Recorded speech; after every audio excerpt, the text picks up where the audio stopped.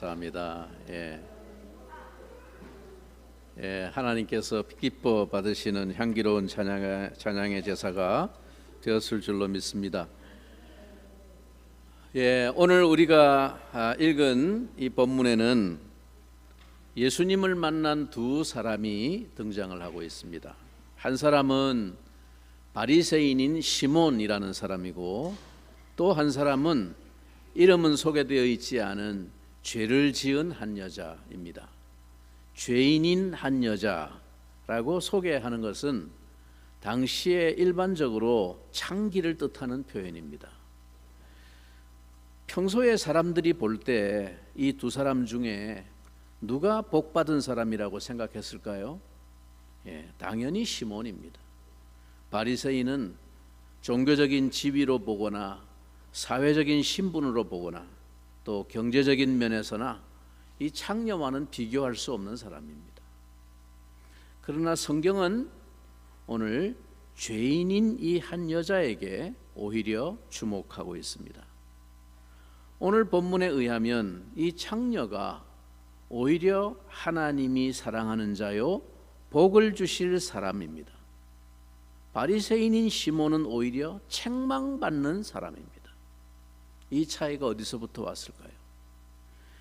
이 두 사람의 처지가 어떻게 이렇게 완전히 바뀌게 되었을까요? 바리새인 시몬은 예수님을 자기 집에 식사 초청을 해놓고도 예수님께 손님에게 마땅히 제공해야 할 발 씻을 물도 드리지 않고 환영의 인사인 입맞춤도 하지 않았습니다. 그때 죄인인 한 여자가 이 시몬의 집에 예수님이 계시다는 소식을 듣고 향유 옥합을 들고 찾아왔습니다. 그녀는 예수님께로 다가와서 발 앞에 무릎을 꿇고서 하염없이 눈물을 흘렸습니다. 그 눈물이 많아 예수님의 발이 적셔지고 그 여인의 머리카락으로 씻어야 할 정도였습니다. 그리고 그 발에 입을 맞추기를 그치지 아니했습니다. 계속 입을 맞췄다는 것이죠. 그러더니 마침내 가지고 온 그 향유 옥합을 예수님의 발에다가 다 부었습니다. 몸에다가 조금만 찍어 발라도 향기가 진동할 텐데 발에다가 다 부어버렸으니 그 향기가 어떠했겠습니까? 예수님의 은혜에 대한 형언할 수 없는 감사가 이 여인에게 있었던 것입니다. 주님을 향한 이 두 사람의 감사가 너무나 대조적입니다. 그것이 이 두 사람의 운명을 갈라놓았습니다. 오늘 아침 예수님 앞에 나온 여러분의 마음과 모습은 어떻습니까? 바리새인 시몬은 이 창녀의 감사를 도무지 이해하지 못하였고 너무 지나치다고 생각을 했습니다. 그것은 바리새인 시몬이 예수님을 눈으로 보고 만나면서도 예수님이 자신의 대속자이심을 몰랐기 때문입니다. 하나님을 인격적으로 알지 못하는 사람은 넘치는 감사를 이해할 수가 없습니다. 우리는 은혜를 받은 사람에게 어떤 넘치게 감사를 표현하는 일에 대해서는 조금도 문제를 삼지 않습니다. 부모님이나 선생님이나 혹은 나에게 정말 도움을 받은 어떤 분에게 좀 지나칠 정도로 아주 거하게 참 감사를 표현하게 될 때 오히려 사람들은 그걸 보고 지나치다고 말하지 않고 칭송을 합니다. 야, 정말 저 사람은 은혜를 아는 사람이구나, 이렇게 칭찬하죠. 그렇다면 하나님을 향하여는 왜 넘치는 감사가 유난스럽고 눈꼴시어 보일까요? 하나님을 인격적으로 믿지 않기 때문입니다. 하나님이 눈에 보이는 사람보다 못한 것입니다. 사람에게 그렇게 하면은 면박을 받을 정도의 그런 일을 하나님께는 아무 마음의 부담 없이 태어나게 합니다. 하나님을 인격적인 대상으로 믿지 않기 때문입니다. 그냥 하나의 종교적인 관습이나 의례 정도로 그렇게 여기기 때문입니다. 우리는 자신이 이 바리새인 시몬과 같은 사람이 되는 것을 두려워해야 합니다. 하나님을 믿지만 하나님의 은혜에 대한 감격은 없습니다. 감사를 드려도 형식적일 뿐입니다. 하나님께 넘치게 감사하라라는 말씀에 대하여 마음이 불편합니다. 이런 사람의 특징은 오늘 이 시몬과 같이 창녀처럼 윤리적인 죄를 지은 사람들에게 대단히 비판적이라는 것입니다. 경멸하며 가까이 하기도 싫어합니다. 그러나 하나님은 교만이 더 큰 죄라고 말씀하심을 전혀 이해하지 못하고 있습니다. 자신의 신앙생활이 율법적인 신앙생활임에도 오히려 그것에 대해서 자부심을 가지고 있습니다. 예수님은 이러한 바리새인이 회칠한 무덤이다, 독사의 자식이다 라고 말씀하셨습니다. 우리가 하나님께 감사하는 데 필수적인 요소는 하나님을 정말 인격적으로 믿느냐 하는 것입니다. 우리가 하나님을 인격적으로 믿게 되면 우리의 신앙생활이 달라집니다. 믿음이 달라지고 순종이 달라지고 기도가 달라지고 봉사가 달라지고 태도가 달라지고 감사가 달라집니다. 주님을 대하는 우리의 마음과 신앙의 표현이 형식적일 수가 없습니다. 정말 하나님을 인격적으로 만나고 나면 그때부터 하나님께서 우리 인생을 바꾸시는 것입니다. 우리가 하나님을 진짜 믿으니까요. 우리에게 감사를 요구하시는 하나님의 마음은 우리에게 복을 주시려는 것입니다. 시편 50편 23절에 감사로 제사를 드리는 자가 나를 영화롭게 하나니 그의 행위를 옳게 여기는 자에게, 옳게 하는 자에게 내가 하나님의 구원을 보이리라, 그렇게 말씀하셨습니다. 그래서 하나님께서는 우리가 잘 아는 바와 같이 구약시대 이스라엘 백성들에게 어떤 형편과 처지에서도 매년 반드시 3번 유월절과 맥주절과 수장절에 감사의 절기를 지키라고 명령하셨습니다. 이건 명령입니다. 율법입니다. 출애굽기 23장 17절 내 모든 남자는 매년 3번씩 주 여호와께 보일지니라. 그뿐만이 아닙니다. 하나님은 그 앞에 감사를 드리러 나올 때 반드시 구체적인 예물을 정성껏 준비하여 가져오라고 말씀하셨습니다. 출애굽기 23장 15절 빈손으로 내 앞에 나오지 말지니라. 이상하지 않습니까? 천지 만물이 다 내 것이라고 하시는 하나님께서 뭐가 더 아쉬운 게 있어서 왜 감사 예물이 더 필요하신 것일까요? 더 이상 무슨 물질이 하나님께 필요하겠습니까? 천지 만물이 다 하나님의 소유인데 우리에게 감사의 믿음을 바로 갖게 하시려는 것입니다. 여러분, 은혜를 받아도 그 은혜에 대해서 감사가 없으면 그 은혜가 아닌 것입니다. 아무 소용이 없습니다. 그것은 하나님을 믿지 않는 것이기 때문입니다. 그래서 감사의 절기를 지키게 하시는 것입니다. 날마다 매 순간 감사하여야 하지만 그러나 우리가 인생이기에 익숙해지다 보면 점점 무감각해지고 잊어버리게 됩니다. 그래서 이러한 절기를 통해서 다시 그 은혜를 되새기고 기억함으로 감사를 회복하기 원하시는 것입니다. 은혜를 정말 귀하게 생각할 수 있어야 그 은혜가 은혜 되기 때문입니다. 그런데 우리가 세상에서 살아보면 불평, 원망할 것이 많습니다.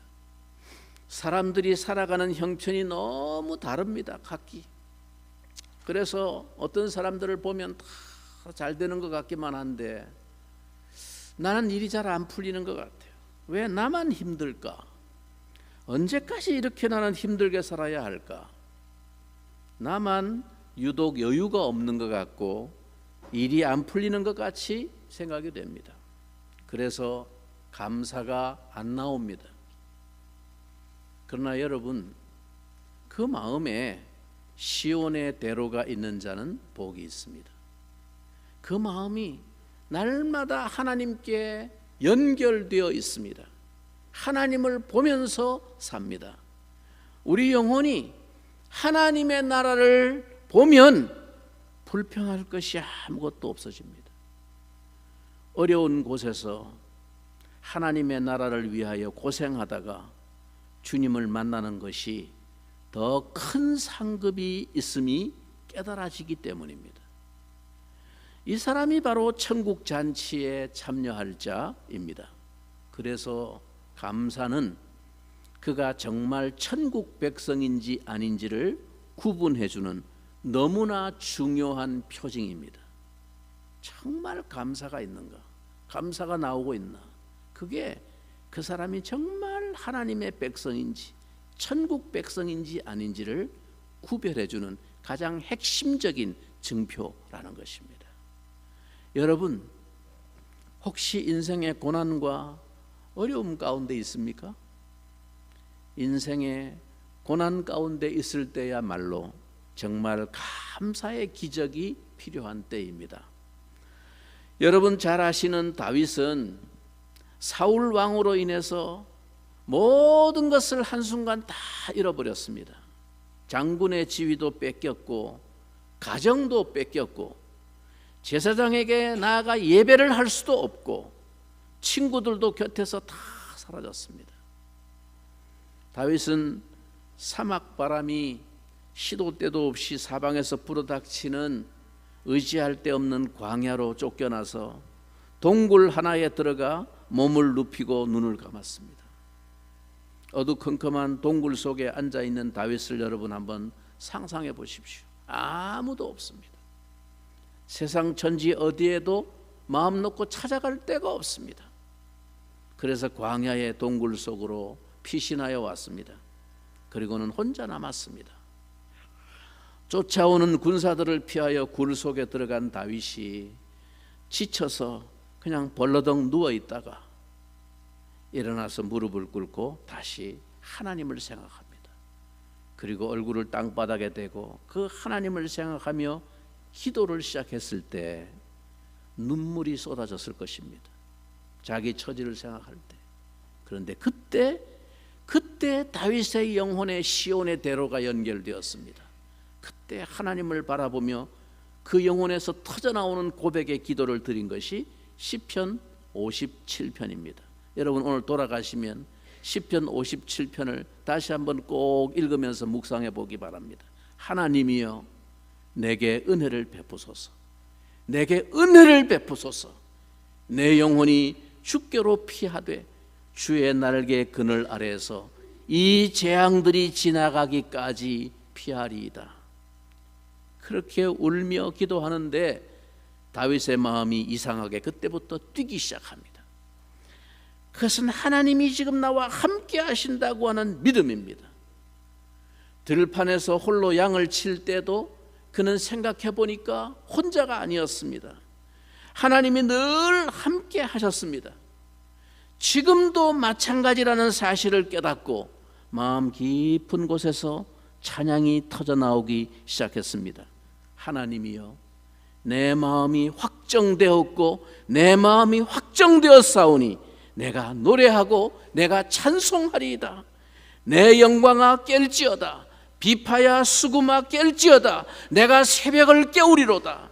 주여 내가 만민 중에서 주께 감사하오며 문나라 중에서 주를 찬송하리이다. 무릇 주의 인자는 커서 하늘에 미치고 주의 진리는 궁창에 이르나이다. 하나님이여, 주는 하늘 위에 높이 들리시며 주의 영광이 온 세계 위에 높아지기를 원하나이다. 이 감사로 인해서 다윗의 삶에 그때로부터 기적이 일어납니다.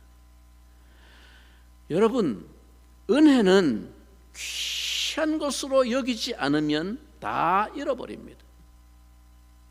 우리는 주님 앞에 설 때 세상의 복을 얼마나 많이 받았느냐 하는 것으로 평가받지 않고 주님의 은혜에 얼마나 감사하며 살았나, 그래서 교회와 다른 사람들을 위하여 얼마나 헌신하면서 살았나 하는 것으로 판단받게 될 것입니다.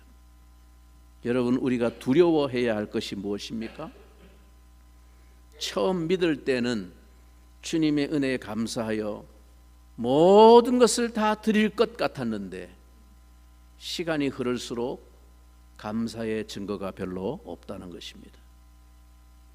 주님 앞에 설 때 아무것도 감사한 것도 드린 것도 없이 어떻게 그 영광된 무리들 가운데서 주님 앞에 나아갈 수가 있겠습니까? 예수님께서는 발에 향유 옥합이 부어진 것 때문에 좋아하신 것이 아닙니다. 오늘 본문 47절을 다 같이 한번 주목해 봅시다. 오늘 본문 47절입니다. 이러므로 내가 네게 말하노니 그의 많은 죄가 사하여졌도다. 이는 그의 사랑함이 많음이라. 사함을 받은 일이 적은 자는 적게 사랑하느니라. 이러므로가 무슨 의미입니까? 시몬을 향해서 하는 말씀입니다. 시몬아, 너는 감사하지 않았지만 이 여인은 넘치는 감사를 고백했다. 그러므로라는 말입니다. 이러므로 내가 네게 말한다. 이 여인의 많은 죄가 사하여졌도다. 이는 그의 사랑함이 많기 때문이다. 은혜를 많이 받아서 감사를 할 수 있지만, 그러나 감사가 있기에 은혜가 은혜 된다는 말입니다. 넘치는 감사가 있는 자에게 하나님도 넘치는 사랑과 은혜를 부어 주신다는 것이죠. 눈물로 옥합을 깨뜨리며 주님의 발을 씻기는 이 여인의 감사, 이 여인의 이 감사와 그 눈물이 주님을 감동시켰습니다. 우리도 이러한 감사로 하나님의 은혜와 삶의 축복을 간증하며 사는 성도가 되시기를 우리 주님의 이름으로 축원합니다. 잠시 한번 기도하겠습니다. 주님, 오늘 추수감사주일을 맞이했습니다. 아버지 하나님, 잊어버리고 살았던 주님의 그 크고 놀라운 수많은 은혜들에 대하여 이런 절기를 지키는 이 시간을 통해서라도 다시 한번 깊이 되돌아보며 묵상하며 생각하며 하나님 앞에 합당한 감사를 다시 한번 하나님 우리 영혼 속에 채우게 하여 주시기를 간절히 원합니다. 이 시간 진심을 가지고 주 앞에 감사의 제사를 드리러 나온 모든 주의 자녀들에게 하늘의 문을 여시고 신령한 은혜로 세상에 필요한 모든 복들로 하나님 채워 주옵소서. 예수님의 이름으로 기도드리옵나이다. 아멘. 이어서 우리 성찬식 거행하도록 하겠습니다. 우리 장로님들 그리고 부목사님